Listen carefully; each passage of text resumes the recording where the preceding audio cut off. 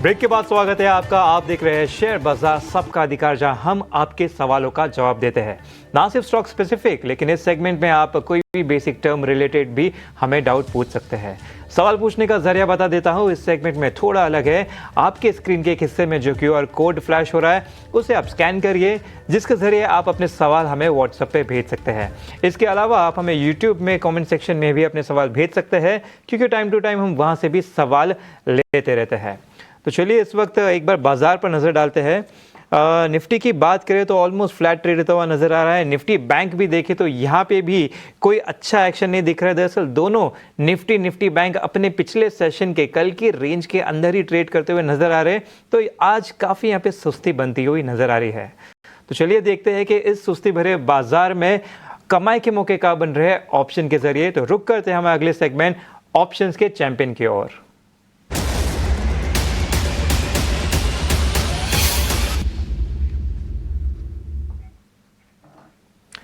तो ऑप्शन के चैंपियन बताने के लिए हमारे साथ कुणाल परार जुड़ चुके हैं चॉइस इक्विटी ब्रोकिंग से। Kunal, good morning. अंश बात कर रहा हूं। आज बाजार काफी सुस्त नजर आ रहा है। हम देख रहे हैं निफ्टी बैंक दोनों ही अपने पिछले सेशन के रेंज में ही ट्रेड करता हुआ दिख रहा है। तो बताइए, इस सुस्त भरे बाजार में कहाँ एक्शन दिख रहा है आपको ऑप्शंस में? गुड मॉर्निंग अंश। बाजार की बात करें तो एक बहुत ही बढ़िया स्टॉक है, जहाँ पे अच्छी खासी मोमेंटम देखने को मिल रही है। स्टॉक का नाम बजाज फिनसर्व। रिसेंटली उसने जो इसका प्रीवियस टॉप था उसका ब्रेकआउट दिया हुआ है। आप कह सकते हो कपल रेगुलर फॉर्मेशन, और जब भी ऐसे फॉर्मेशन का ब्रेकआउट आता है स्टॉक में वन वे अपसाइड की रैली देखने को मिल सकती है। और इसी को मद्देनजर रखते हुए बजाज फिनसर्व का जो कॉल है कल की एक्सपायरी का, वो खरीदारी करके चलने की सलाह रहेगी। 1960 के अराउंड का कॉल है।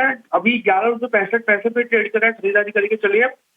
6.50 का ऐसा मेंटेन करके चलेंगे। और टारगेट की बात करते हैं तो 15.50 का पहला टारगेट, और जैसे वो ब्रेक होता है आपको 21.95 21.95 का दूसरा टारगेट भी देखने को मिल सकता है। मैक्सिमम लॉस 2580 का है और मैक्सिमम प्रॉफिट 5150 का है। यहाँ पे एक पॉजिटिव नजरिया आता हुआ बजाज फिनसर्व पर नजर आ रहा है। 1960 का यहाँ पे कॉल ऑप्शन खरीदने का रिकमेंडेशन आ रहा है। अधिकतम मुनाफा देखे तो 5150 और अधिकतम नुकसान देखे तो 2580 का होता हुआ यहाँ पे नजर आ सकता है। शुक्रिया कुणाल इस रिकमेंडेशन के लिए। आपको एक डिस्क्लोजर भी बता देते हैं, क्योंकि FNO में ट्रेड करना रिस्की होता है। इसमें सोच समझ के ही ट्रेड ले, अपने फाइनेंशियल एडवाइजर से बात करके, क्योंकि सभी के स्टडी के अनुसार 10 में से अधिकतम 9 लोगों को इसमें नुकसान ही होता है। तो चलिए वापस बाजार पे आते हैं। इस वक्त देखें तो बाजार तो सुस्त नजर ही आ रहा है। गौरंग हमारे साथ बने हुए ही है, लेकिन इस वक्त हमारे साथ रेलिगो ब्रोकिंग से अजित मिश्रा भी जुड़ चुके हैं। अजित, शुक्रिया जुड़ने के लिए। अंश बात कर रहा हूँ। तो चलिए यूट्यूब से कुछ सवाल ले लेते हैं। अजित, यहाँ पे हम देख रहे हैं कि वोडाफोन आइडिया पे काफी सवाल आ रहे हैं, तो एक बार इसका चार्ट भी देख लीजिए। अगर इस साल के हाई से देखें तो वहां से तो स्टॉक करीबन 30% गिर चुका है। अभी भी 3 सेशन से देखें तो थोड़ा सा गिरता हुआ ही दिख रहा है। अब इतना गिरने के बाद क्या यहाँ पे कहीं पे खरीदारी के मौके दिख रहे हैं? शुक्रिया अंश। देखिए, यहाँ पर मेरी राय यही होगी कि अंडर परफॉर्मेंस को चेज ना करें, स्पेशली इस तरीके की मार्केट में जहाँ पे कि बहुत स्ट्रॉन्ग बाइंग इंटरेस्ट देखा है हमने अक्रॉस सेक्टर, बारिंग आपका IT और FMCG सभी सेक्टर्स ने पार्टिसिपेट किया। But with in the sector जहाँ पे कि अंडर परफॉर्मेंस है, जैसे कि टेलीकॉम स्पेस में भारती एयरटेल अपने रिकॉर्ड हाइस के पास जा रहा है, वहीं पे आइडिया अपने 52 वीक लो के पास स्ट्रगल कर रहा है। तो कोई रीजन नहीं है यहाँ पे आपको बाइंग अपॉर्चुनिटी ढूंढने का। जिनके पास एग्जिस्टिंग कोई पोजीशन पड़ी हुई है, जो प्रीवियस स्विंग लो है करीब 6.5 का, वही एक सपोर्ट है। वो अगर ब्रेक होता है देन 5.5 और मे बी लोअर। तो कोई लॉजिक नहीं है कि अगर आप फ्रेश पोजीशन ढूंढ रहे हैं तो डेफिनेटली भारती एयरटेल बहुत अच्छा विकल्प है, both in terms of investment और ट्रेडिंग। और एग्जिस्टिंग पोजीशन से एग्जिट करके भी अगर आप चाहें तो ये स्विच कर सकते हैं। चलिए आगे बढ़ते हैं और YouTube से मिस्टर JP शर्मा का सवाल लेंगे। हिंदुस्तान जिंक में इन्होंने खरीदारी कर रखी है। बस लेवल दे रखा है 452 का। गौरांग, मेरे पास कोई नज़रिया नहीं है इनका कितना लंबा या कम इसमें रुकना चाहते हैं, बट 452 की बाइंग है और फिलहाल ये घाटे में है। अगर मैं थोड़ा सा नज़रिया निवेश का रखना चाहूँ तो फिर आप क्या रेकमेंड करेंगे? कविता देखिए, अगर आप पहले जैसे हम बता रहे थे कविता कि अगर आप धातु क्षेत्र में निवेश करते हैं तो आपका नजरिया बाकी अन्य क्षेत्र में, अगर आपका साल 1.5 साल का है तो धातु क्षेत्र में आपका नजरिया अनिवार्य ये है कि आपका नजरिया 2-2.5 साल का हो। और वो इसलिए कविता, क्योंकि जो रिकवरी जो आ रही है मांग को लेकर के, खपत को लेकर के, वो उसका असर सकारात्मक नतीजों में आने के लिए समय लगेगा, पहली बात। दूसरी बात, अमेरिका के तरफ से एल्यूमिनियम और स्टील के कुछ पदार्थों पर या फिर कुछ प्रोडक्ट्स पर टैरिफ लगाई गई है। चाइना से दूसरी तरफ कुछ सकारात्मक खबरें आई हैं। कहने का तात्पर्य है कि क्षेत्र अच्छा है, इनका निवेश हिंदुस्तान जिंक में जो है वहां पर हमारी बने रहने की राय है। ये डिस्क्लोजर है हमारे तरफ से। और अगर लंबी अवधि का नजरिया है, जैसे मैंने बताया, लंबी अवधि का तात्पर्य या फिर मतलब होता है कम से कम 2 से 2.5 साल धातु क्षेत्र में। अगर ये परिस्थितियां हैं आपके पास तो आप निश्चिंत होकर के बने रह सकते हैं। की सलाह हिंदुस्तान जिंक में यहाँ पर दी जा रही है। जिस तरह से पूरे समीकरण बनते हुए दिखाई दे रहे हैं, फिलहाल आपको थोड़ा सा धीरज हालांकि रखना होगा। आगे बढ़ते हैं, संजीव पालिया साहब का सवाल लेंगे मोहाली से। ABRFL पर इन्होंने सवाल पूछा है। अजीत, आपके पास मैं आऊँगी। इन्होंने अपनी ख़रीदारी की जो लेवल है वो बता रखी है 151.6, 325 इनकी क्वांटिटी है। फिलहाल ये मुनाफे में भी है। एक रेंज जिसमें ये ट्रेड कर रहा है 198 से लेकर 364 के बीच में हम देख रहे हैं इसको कारोबार करता हुआ। नज़रिए का मुझे अंदाज़ा नहीं है, लेकिन फिलहाल क्या आप इसमें और रुकने की सलाह देंगे या ये मुनाफा बांध सकते हैं? बिल्कुल कविता, देखिए यहाँ पर बिल्कुल आपने सही कहा कि एक ब्रॉडर रेंज में ट्रेड कर रहा है। ऑलमोस्ट 2 साल हो गए हैं इसी रेंज में, और अभी हाल फिलहाल में अपने लोअर बैंड के पास आया, वहां से रिकवरी देखने को मिल रही है। क्योंकि उनकी काफी लोअर लेवल की बाइंग है और अभी भी मुनाफे में है। मेरे हिसाब से मुनाफा अभी बढ़ता हुआ नजर आ सकता है, क्योंकि जो रीटेस्ट हुआ है 240 के जोन का, वहां पे काफी टाइम स्पेंड करने के बाद एक रिकवरी का टोन दिख रहा है। तो पॉसिबली 270 से लेकर 290 तक के लेवल्स, अगर वो नियर टर्म का भी अगर आउटलुक रखना चाहते हैं कि काफी टाइम हो गया होल्ड करते हुए, तो एटलीस्ट उन लेवल्स तक के लिए उनको वेट करना चाहिए 240 के एक स्टॉप लॉस के साथ। इम्पॉर्टेंट अपडेट जो है ABFRL के लेवल्स को लेके अजीत सर हमें बताते हुए, लेकिन अब चलते हैं हमारे अगले कॉलर के पास। और यहाँ पे प्रहलाद जी जो है हमारे साथ जुड़े। प्रहलाद यादव जी, नमस्कार। और ये YouTube के ज़रिए जो है सवाल आया है जियो फाइनेंशियल सर्विसेज का। मैं एक चीज़ बता देता हूँ आपको कि जियो फाइनेंशियल सर्विसेज जो है कल निफ्टी में इंक्लूड होने वाली है। नुवामा ऑल्टरनेट की भी रिपोर्ट आई है कि लगभग $308 मिलियन का इन्फ्लोज जो है देखने मिल सकता है। तो ऑफकोर्स स्टॉक में वॉलेटिलिटी बहुत रहने वाली है।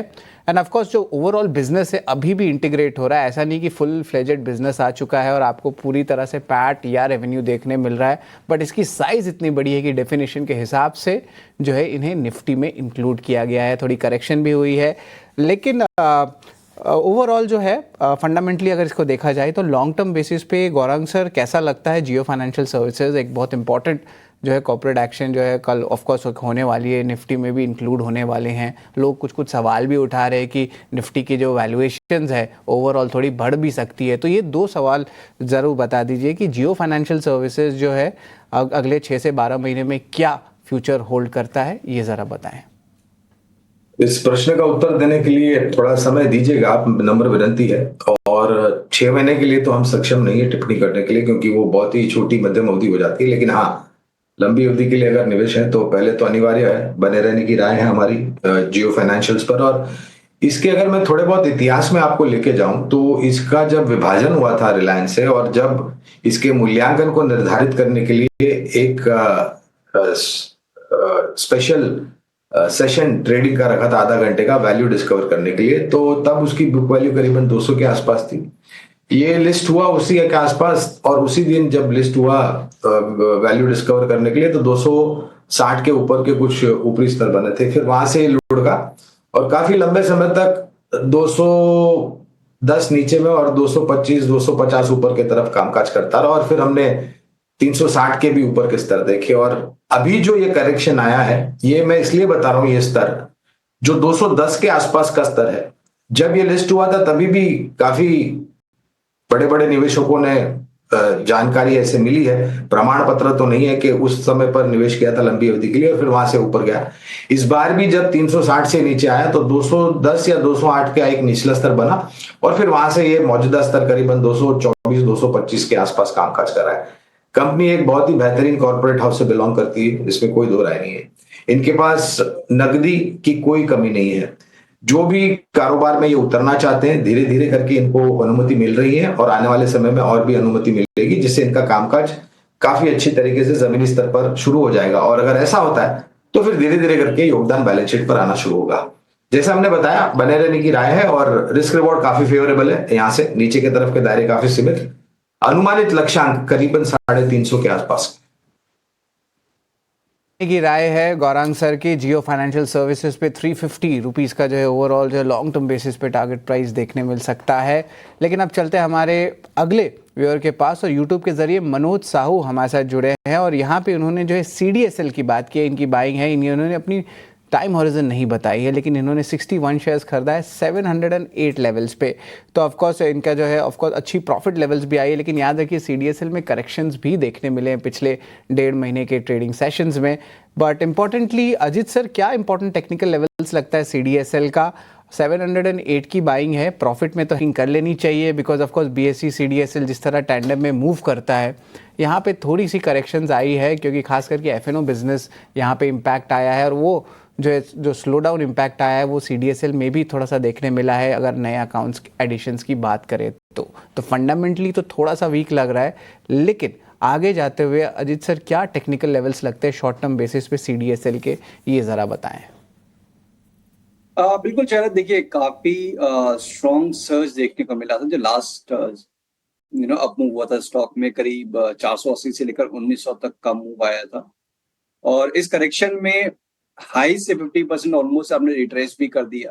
करीब 1900 से आप 1000 के लेवल पे आए, और वहां पे आपने काफी अच्छा टाइम स्पेंड करके अब in line with market recovery यहाँ पे एक रीबाउंड देखने को मिल रहा है। तो क्योंकि इनके काफी नीचे लेवल की बाइंग है, और मुझे लगता है कि जब इसने 1900 पे नहीं बेचा तो वो शायद इतनी जल्दी में अभी भी नहीं होंगे। तो 1000 का एक क्लोजिंग स्टॉप लॉस मेरे हिसाब से उनको मेंटेन करके बने रहना चाहिए, बिकॉज नेक्स्ट लेग में मुझे लगता है कि time wise price wise correction इसमें ओवर हो चुका है। अब टाइम वाइज करेक्शन हो सकता है जिसमें कि कुछ टाइम के लिए कंसोलिडेट करे, और नेक्स्ट लेग में करीब 1500 तक के लेवल्स ये नियर टर्म में, और उसके बाद फिर न्यू हाइज की तरफ ये स्टॉक बढ़ सकता है।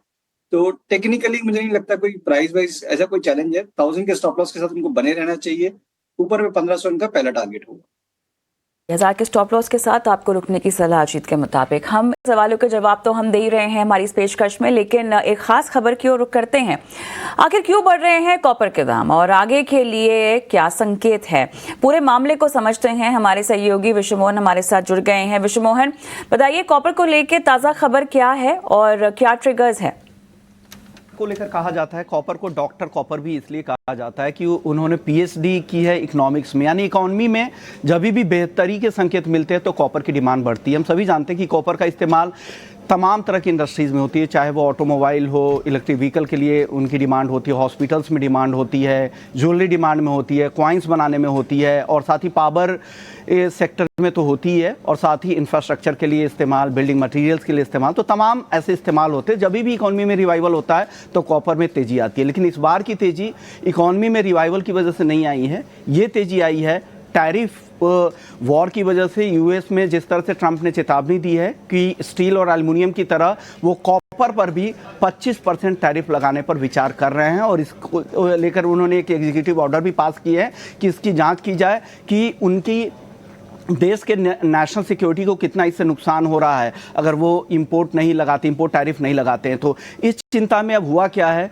दुनिया के बड़े एक्सचेंज है, चाहे वो LME हो, चाइना का एक्सचेंज हो या फिर CME हो, वहाँ पर अब कॉपर की स्टॉकिंग शुरू हो गई है। उनके वेयर हाउसेस में कॉपर की डिमांड बढ़ रही है। यूएस की मैं बात बता रहा हूँ, यूएस में टैरिफ बढ़ने वाला, इंपोर्ट टैरिफ बढ़ने के डर से वहाँ पर आमतौर पर मंथली 70,000 टन का शिपमेंट जाता है कॉपर का, जो अब 5 लाख टन हाल में शिपमेंट पहुँच चुका है। तो वहाँ पर स्टॉकिंग शुरू हो गई है कि आगे जब महंगा कॉपर मिले उससे अच्छा है पहले ही हम स्टॉक करके रख ले। तो इस वजह से तेजी है, और इस कारण से आप देख सकते हैं कि CME पे और कॉमेक्स पर LME के मुकाबले काफ़ी प्रीमियम पे है। $10,000 प्रति टन के आसपास LME पे भाव है, और $5.25 प्रति पाउंड के आसपास पहुंच चुका है कॉमेक्स पर। कॉमेक्स पर भाव 31% तक अभी तक बढ़ चुके हैं इस साल 2025 में। महीने भर में करीब करीब 15% की तेज़ी कॉपर में आ चुकी है। तो ये तेज़ी लगातार बढ़ती जा रही है। हालांकि जो एक्सपर्ट्स है, ब्रोकरेज हाउसेस को लगता है कि तेज़ी नहीं टिकेगी। देखते हैं कि ट्रंप का इस पर क्या फैसला आता है, उसके बाद कुछ समय तक चाल रहेगी और जब इनका इंपोर्ट कम होते जाएगा और इसकी डिमांड कम होगी तो वो प्रीमियम खत्म होगा और फिर से कॉपर के भाव नीचे आएंगे। जी बहुत बहुत धन्यवाद विश्व मोहन कॉपर के ऊपर तमाम अपडेट्स हमें देने के लिए। लेकिन दर्शकों के साथ वापस से जुड़ते हैं और वंदना जी हमारे साथ भोपाल से हैं फोन लाइन पर। नमस्कार मैम, कैसी हैं आप? नमस्कार मैम, मैं अच्छी हूँ, आप कैसे हैं? बिल्कुल ठीक, थैंक यू सो मच। बताइए किस स्टॉक में खरीदारी की हुई है, किस भाव पर? मैम सनटेक पे मेरे पास 600 शेयर है, बाइंग प्राइस मेरा 519 है, 519। और एक सिंजीन है जो 400 शेयर्स हैं, बाइंग प्राइस है मेरा 858 ₹858। Okay okay. तो मेरा मैम शॉर्ट टर्म है नजरिया 1 से 2 महीने, तो प्लीज सजेस्ट करें कि मुझे इसको एवरेज करना चाहिए या एवरेज करना है तो किस प्राइस पे या फिर कब तक होल्ड करना चाहिए? चलिए 3 महीने के आसपास का नज़रिया है। अजीत आपके पास मैं आऊँगी। अब सिंजीन पर इनकी जो बाइंग प्राइस है ये बोल रही है 858 है और अगेन 666 और 962 की एक रेंज है जहाँ पर बहुत वॉल्टिलिटी के साथ ये स्टॉक कामकाज भी कर रहा है। जिस तरह से स्टॉक की परफॉर्मेंस है और स्ट्रैटेजिक ग्रोथ इनिशिएटिव्स के चलते हमें एक इम्पैक्ट भी दिखा है असर पड़ता हुआ चाल पर। क्या कहेंगे आप वंदना जी को? 825 की खरीद थोड़ी सी इनकी फिलहाल ऊंचे भाव पर है। बिल्कुल कविता, देखिए यहाँ पे मेरी रिकमेंडेशन ये होगी वंदना जी को कि टाइम होराइजन थोड़ा सा बढ़ा दीजिए, कंसिडरिंग की जो प्राइस में जो डैमेज होना था रिकॉर्ड हाई से वो हो चुका है और एक बेसिकली नया बेस बन गया है। जैसे 650 पहले एक रेजिस्टेंस एरिया था, जबकि ये स्टॉक कंसोलिडेशन में था 2023 में, और अब ये जोन एक सपोर्ट की तरह एक्ट कर रहा है। जिस तरीके से अभी गिरावट देखने को मिली है वहां पे जाके स्टॉक ने 3-4 महीने स्पेंड किए और अब एक रिकवरी का टोन है। रिकवरी थोड़ी सी ग्रेजुअल हो सकती है कंसिडरिंग कि एक लो बीटा काउंटर है और रेजिस्टेंस भी काफी ज्यादा है। तो 750 से लेकर 820 ये जोन मुझे लगता है कि कुछ टाइम तक इसी में ही स्ट्रगल करेगा। जब भी 820 के लेवल क्रॉस हो जाएंगे तो एक नए हाई की तरफ ये स्टॉक आपको बढ़ता हुआ नजर आ सकता है। तो मेरी रिकमेंडेशन ये होगी कि बने रहिए 650 जब तक होल्ड कर रहा है और टाइम थोड़ा सा बढ़ा दीजिए, क्योंकि पॉसिबिलिटी है कि एक नए हाई की तरफ ये स्टॉक आपको बढ़ता हुआ नजर आए जब भी आप 820 को क्रॉस करते हुए देखें स्टॉक में। क्लियरली आपको टाइम होराइजन थोड़ा सा बढ़ाने की सलाह यहाँ पे सिंजीन में दी जा रही है, लेकिन 650 के आसपास का स्टॉप लॉस रेकमेंड भी किया जा रहा है। प्रदीप जैन साहब फोन लाइन पर मेरे साथ हैं। सर नमस्कार, कहाँ से बोल रहे हैं? गुवाहाटी से बोल रहा हूँ सर। गुवाहाटी से। सर बताइए। आसाम जी कहाँ से आपने क्या स्टॉक खरीदा है? मैंने यूनाइटेड स्प्रिट लिए हुए 80 शेयर, करीब 1410 के एवरेज में। 1410 के एवरेज में तो अभी और भी लेना और क्या 6 महीने के अंदर मैं होल्ड कर सकता हूँ? इसमें क्या लग रहा है? वो 6 माह का समय देना चाहते हैं? हाँ ठीक है। गौरांग आपकी कवरेज में होगा? कविता कवरेज में तो नहीं है और इनका नजरिया सिर्फ 6 महीने का है, तो हम तो सक्षम नहीं है छोटी या मध्यम अवधि के लिए टिप्पणी करने के लिए। क्षमा चाहता हूँ जी। अजीत बताएं। देखिए कविता, मेरे हिसाब से कुछ टाइम के लिए आपको स्टॉक में कंसोलिडेशन दिखेगा। नो डाउट एक रिकवरी का टोन अभी हाल फिलहाल में जरूर देखने को मिला था, बट 1450 मेरे हिसाब से ये काफी स्ट्रॉन्ग हर्डल है स्टॉक में। ये एक बार ब्रेक हो जाएगा उसके बाद यहाँ पे स्टेबिलिटी आ जाएगी, दोबारा से स्टॉक में आपको एक रिकवरी का टोन जो कि करीब 1570 से लेकर 1600 तक के स्टॉक तक लेके जा सकता है। तो अभी के लिए मेरे हिसाब से इसमें कुछ भी करने की रिकमेंडेशन नहीं होगी कि कुछ फ्रेश ऐड नहीं करना है। एग्जिस्टिंग पोजीशन में बने रहिए। 1270 ये आपका क्लोजिंग स्टॉप लॉस रहेगा। फ्रेश बाय करना है तो 1450 के ऊपर ऐड कीजिएगा। हायर मींस आप ऐड कर रहे हैं जहां पे आपको पॉजिटिविटी का कंफर्मेशन मिल रहा है और फिर जाके आप स्टॉक को अपना 1600 तक के लेवल्स के लिए होल्ड कर सकते हैं। इंपॉर्टेंट लेवल्स आते हुए अजीत जी की तरफ से, लेकिन अजीत जी यहाँ पे कई सवाल आ रहा है। एक्चुअली ये स्मॉल फाइनेंस पे भी काफ़ी बात हो रही है। थोड़ा टेक्निकली यहाँ पे है तो यहाँ पे ये देख लीजिए स्टॉक आपको कैसे नज़र आ रहा है चार्ट पे। हम देख रहे हैं कि यहाँ पे आज स्टॉक ने 100 EMA को पार कर दिया है। एक इंपॉर्टेंट पिवट पॉइंट बना हुआ था करीबन 570 के आसपास, उसे भी आज पार करता हुआ नज़र आ रहा है। तो ये कुछ की हर्डल थे जिसे पार कर चुका, अब ये पार करने के बाद क्या अभी भी यहाँ पे पॉजिटिविटी बनी हुई है? क्योंकि हम देख रहे हैं पिछले कई सेशन से स्टॉक ऑलरेडी काफ़ी भाग चुका है। 17 मार्च से देखें तो वहाँ से स्टॉक ऑलरेडी 20% भाग चुका है। देखिए कुछ टाइम पहले तक एक रेंज ब्रेकडाउन का इंडिकेशन था जिसने स्टॉक को पुश किया करीब करीब 470 480 के लेवल्स पे, बट रिकवरी भी उतनी ही स्ट्रांग हुई है, इक्वली स्ट्रांग है। वॉल्यूम उस तरीके के नहीं है जिस तरीके से गिरावट के टाइम पे थे, बट अब हो सकता है शायद आपको कि वॉल्यूम इंप्रूवमेंट भी नजर आए आने वाले दिनों में, कंसिडरिंग कि अपने मेजर एवरेजेस को रिक्लेम कर रहा है। तो मुझे लगता है कि जो मोमेंटम प्ले कर रहे हैं उनको एक स्ट्रिक्ट स्टॉप लॉस के साथ बने रहना चाहिए। 568 568 वो आपका स्टॉप लॉस रहेगा, और जो लॉन्ग टर्म एवरेजेस का रेजिस्टेंस है करीब 600 के पास, वो आपका टारगेट जोन है।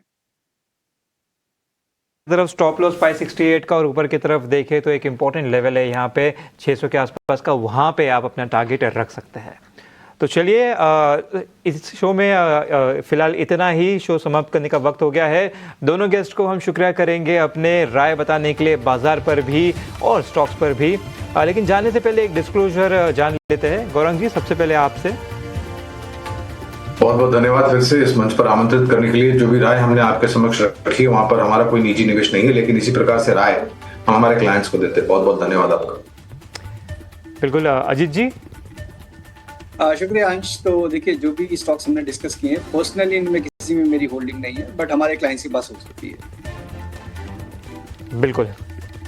तो चलिए फिलहाल मुझे, कविता और शरद को दीजिए इजाजत।